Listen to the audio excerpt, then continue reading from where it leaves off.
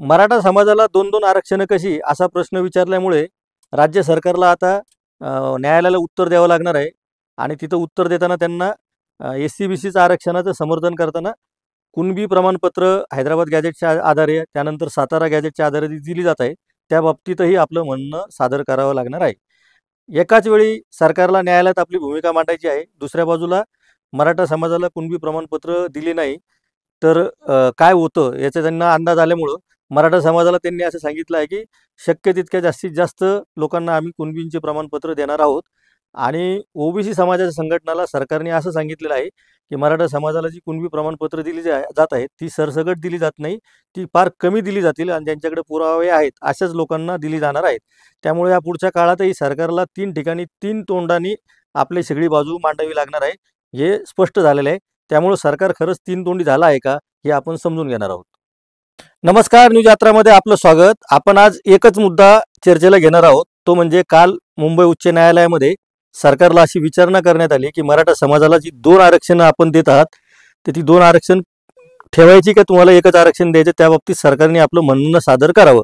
आपण या एकाच मुद्द्यावर चर्चा करणार आहोत, कारण मराठा समाजाला हैदराबाद गॅजेटनुसार मराठवाड्यातील जे उमेदवार आहेत ज्यांच्याकडे पुरावे सापडणार आहेत अशांना कुणबी जातीची प्रमाणपत्र वाटप करण्याची एक मोहीम आता सुरू झालेली आहे। त्यासाठीचा एक GR सरकारने काढलेला आहे आणि तो GR काढल्यानंतर ज्या व्यक्तींना कुणबी प्रमाणपत्र मिळणार आहेत त्यांना थेट ओबीसीच्या सवलतीचा लाभ होणार आहे।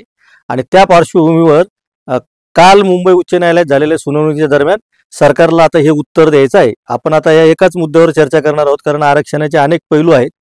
हा एक मुद्दा आपण अत्यंत स्पष्टपणे समजून घेणार आहोत। आता परिस्थिती अशी आहे की मराठा समाजाला आरक्षण द्यायचं असं सगळे पक्ष म्हणतात, सगळे सरकार म्हणतात, परंतु मराठा समाजाला कायदेशीर मान्य असं आरक्षण अद्यापही मिळालेलं नाही। मराठा समाजातील कुणबी प्रमाणपत्र असलेल्या व्यक्ती या ओबीसी आरक्षणाला पात्र आहेत, त्या 1967 पासून पात्र आहेत, त्यामुळे ते काही आत्ताचा विषय नाहीये।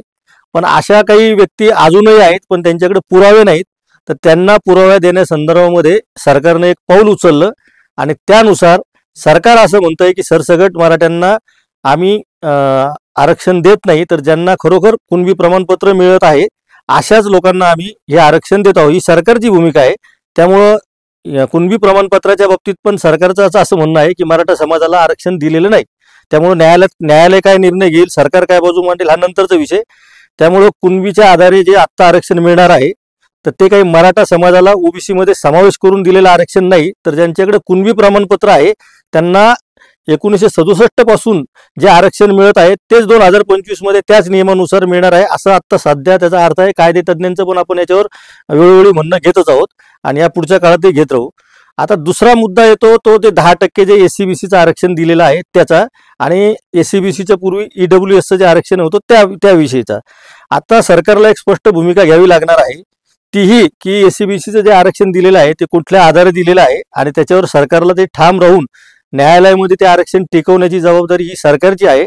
आणि कुणबीच्या आधारे जे प्रमाणपत्र दिले जात आहे ते प्रमाणपत्र हे म्हणजे मराठा आरक्षण नाही, अशीच भूमिका सरकारला मांडावी लागणार आहे। आणि आता सध्या तरी ओबीसी समाजाला सरकार तीच भूमिका सांगत आहे की आम्ही मराठा समाजाला कुठल्याही प्रकारचं वेगळं आरक्षण दिलं नाही आणि ओबीसी मध्ये मराठा समाजाचं अतिक्रमण होत आहे असा जो ओबीसी संघटनांचा आरोप आहे ते सरकार मान्य करायला तयार नाही।